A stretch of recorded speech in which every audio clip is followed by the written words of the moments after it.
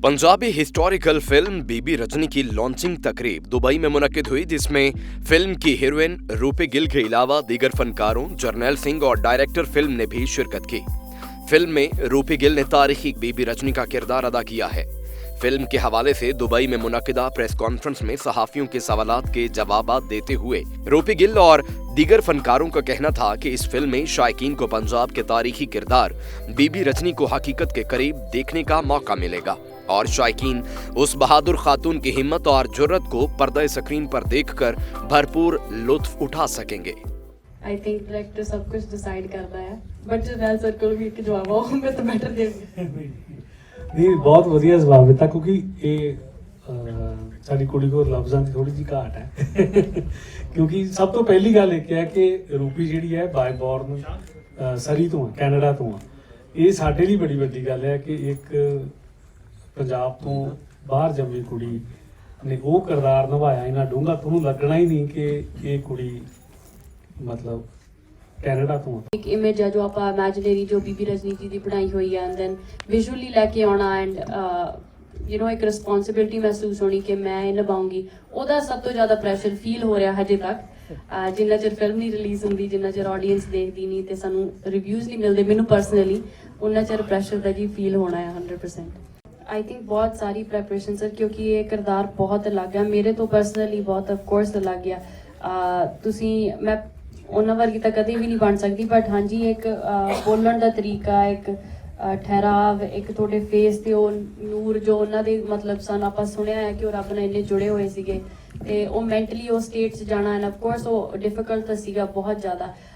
मैं क्या नहीं क्रेडिट सारी अपने को स्टार्स से डायरैक्शन टीम ਨੂੰ ਦੇਣਾ ਚਾਹੂੰਗੀ ਬਿਕਾਜ਼ ਉਹਨਾਂ ਨੇ ਮੇਰੇ ਤੇ ਬਹੁਤ ਮਿਹਨਤ ਕੀਤੀ ਜੀ, ਫਿਲਮ ਤੋਂ ਪਹਿਲਾਂ ਵੀ ਬਟ ਫਿਲਮ ਦੇ ਦੌਰਾਨ ਵੀ ਐਂਡ ਡਬਿੰਗ ਤੇ ਵੀ ਉਹਨਾਂ ਨੇ ਮੈਨੂੰ ਲੱਗਦਾ ਹੈਂਡਸ ਔਨ ਇੰਨੀ ਮਿਹਨਤ ਕੀਤੀ ਆ ਕਿ ਇੱਕ ਇੱਕ ਵਰਡ ਜੋ ਮੈਂ ਬੋਲਿਆ ਆ ਐਕਸੈਂਟ ਨਾ ਆ ਜਾਵੇ ਜਾਂ ਕੁਝ ਗਲਤੀ ਨਾ ਹੋ ਜਾਵੇ, ਜਾਂ ਜਦੋਂ ਸਮਟਾਈਮਸ ਆਈ ਥਿੰਕ ਕਦੇ 10-10 ਰੀਟੇਕ ਲੱਗਦੇ ਹੁੰਦੇ ਸੀ ਇੱਕ ਸੀਨ ਨੂੰ, ਕਦੇ ਵੀ ਇੱਕ ਸੀਨ ਓਕੇ ਨਹੀਂ ਹੋਇਆ। ਐਂਡ ਪਹਿਲਾਂ ਜਦੋਂ ਮੈਂ ਸ਼ੂਟ ਕੀਤਾ ਹੋਇਆ ਹਾਂਜੀ ਆਫ ਕੋਰਸ ਮੈਂ ਹਜੇ ਵੀ ਨਵੀਂ ਆ, ਬਟ ਉਹ ਈਜ਼ੀਅਰ ਰਹੇ ਆ ਥੋੜੇ ਜਿਹੇ ਰੋਲਸ ਕਰਨੇ ਕਿਉਂਕਿ ਉਹ ਕਾਮੇਡੀ ਰੋਲ ਸੀਗੇ, ਸੋ ਲਾਊਡ ਕੈਰੈਕਟਰਸ ਪਲੇ ਕਰਨੇ ਮੇਰੇ ਲਈ ਈਜ਼ੀ ਸੀਗੇ। ਸਟਲ ਤੇ ਠਹਿਰਾਵ ਤੇ ਇੰਨਾ ਡਿਫਰੈਂਟ ਇਹ ਥੋੜਾ ਜਿਹਾ ਹਾਰਡ ਰਿਹਾ ਹੈ ਮੇਰੇ ਲਈ, but again I couldn't have done it without the direction team, without ਮਾਈ ਕੋ ਸਟਾਰਸ। ਬਹੁਤ ਹੀ ਜ਼ਿਆਦਾ ਸਪੋਰਟ ਰਹੀ ਹੈ ਜੀ ਇਹਨਾਂ ਦੀ। ਇੱਕ ਪੈਕੇਜ ਹੁੰਦਾ ਐਂਟਰਟੇਨਮੈਂਟ ਦਾ, ਤੇ ਮੈਨੂੰ ਲੱਗਦਾ ਜਿਹੜਾ ਕੋੜੇ ਮਾਰਨਾ ਜਾਂ ਜ਼ੁਲਮ ਕਰਨਾ ਇਹ ਵੀ ਇੱਕ ਬਹੁਤ ਡੂੰਘੀ ਜੀ ਗੱਲ ਆ, ਬਹੁਤ ਲੰਬਾ ਡਿਸਕਸ਼ਨ ਆ, ਟਾਈਮ ਥੋੜਾ ਆ, ਬਟ ਸੀਨ ਦੀ ਜਿੱਦਾਂ ਡਿਮਾਂਡ ਹੁੰਦੀ, ਜਿਹੜਾ ਜ਼ਾਲਮ ਹੁੰਦਾ ਨਾ, ਜ਼ਾਲਮ ਜਦੋਂ ਜ਼ੁਲਮ ਕਰਨ ਤੇ ਆਉਂਦਾ ਫਿਰ ਉਹ ਇਹ ਨਹੀਂ ਵੇਖਦਾ ਕਿ ਸਾਹਮਣੇ ਬੰਦੇ ਆ ਕਿ ਜਨਾਨੀਆਂ, ਉਹਨੇ ਜ਼ੁਲਮ ਕਰਨਾ, ਉਹਨੇ ਜ਼ੁਲਮ ਦੇ ਜ਼ਰੀਏ ਆਪਣੀ ਤਾਕਤ ਵਿਖਾਉਣੀ, ਪਾਵਰ ਜਿਹੜੀ ਹੈ ਨਾ ਪਾਵਰ। ਜਦੋਂ ਜੇ ਕਿਸੇ ਨੇ ਕਦੀ ਹੱਥ ਦੇ ਵਿੱਚ ਗਨ ਫੜੀ ਹੋਵੇ ਜਾਂ ਰਿਵਾਲਵਰ ਫੜੀ ਹੋਵੇ ਨਾ, ਭਾਵੇਂ ਵੇਖਣ ਵਾਸਤੇ ਤਾਂ ਉਹਨੂੰ ਹੱਥ 'ਚ ਫੜਦੇ ਚਲਾਉਣ ਨੂੰ ਜੀ ਕਰਦਾ, ਇੱਕ ਵਾਰ ਚਲਾ ਕੇ ਤੇ ਵੇਖੀਏ, ਉਹ ਪਾਵਰ ਆ।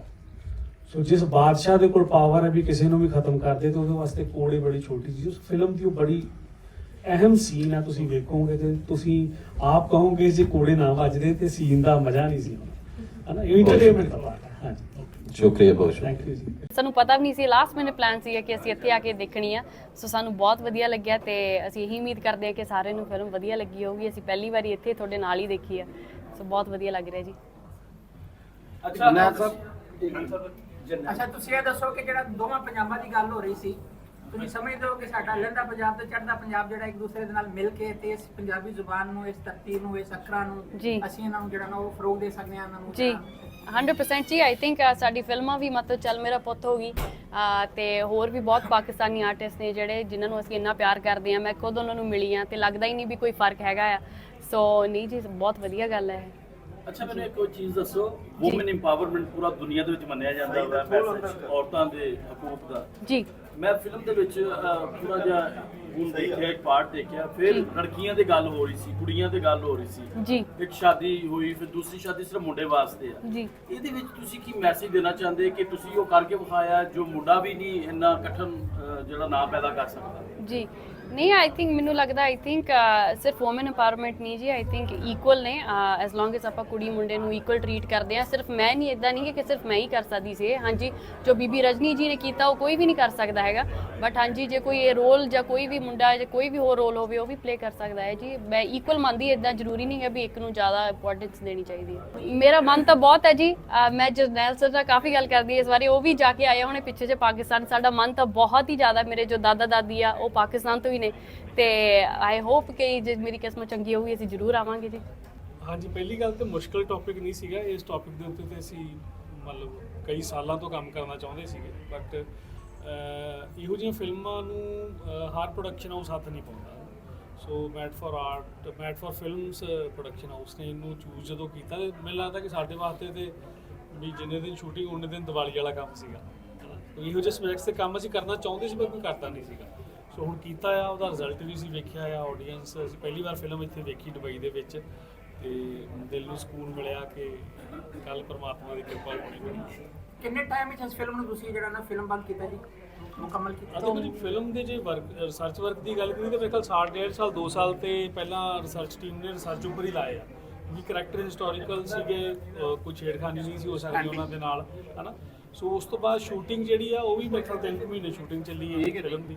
ਉਸ ਤੋਂ ਬਾਅਦ ਦੈਨ ਚੱਲਦੇ ਹੁਣ ਪੋਸਟ ਆਫਟਰ ਆਲ ਸਾਜ ਸੈਂਸਰ ਮਿਲ ਗਿਆ ਸਭ। ਐਕਸ਼ਨ ਦੇ ਬਾਰੇ ਵੀ ਦੱਸੋਗੇ, ਬੜੇ ਜ਼ਬਰਦਸਤ ਸੀਨ ਨਜ਼ਰ ਆ ਰਹੇ ਨੇ ਬੈਕਗ੍ਰਾਉਂਡ ਜੀ। ਜੀ। ਹਾਂਜੀ, ਇਹੋ ਜਿਹੀਆਂ ਫਿਲਮਾਂ ਵਾਸਤੇ ਨਾ ਲੋਕੇਸ਼ਨਸ ਜਿਹੜੀਆਂ ਨੇ ਸਜਾਦ ਬਣਾਉਣੀਆਂ ਪੈਂਦੀਆਂ ਨੇ। ਸੋ ਸਾਨੂੰ ਇੱਕ ਰਲਦੀ ਮਿਲਦੀ ਲੋਕੇਸ਼ਨ ਮਿਲੀ ਸੀਗੀ, ਬਟ ਉਹਦੇ ਉੱਪਰ ਵਰਕ ਬਹੁਤ ਕੀਤਾ ਗਿਆ। ਤੁਹਾਨੂੰ ਰੂਪੀ ਡਿਟੇਲ 'ਚ ਦੱਸੂਗੀ, ਰੂਪੀ ਨੇ ਬਹੁਤ ਸਮਾਂ ਕੱਟਿਆ ਉਸ ਵਿੱਚ। ਜੀ ਅੱਛਾ ਜੀ ਸਰ, ਤੁਸੀਂ ਦੱਸੋ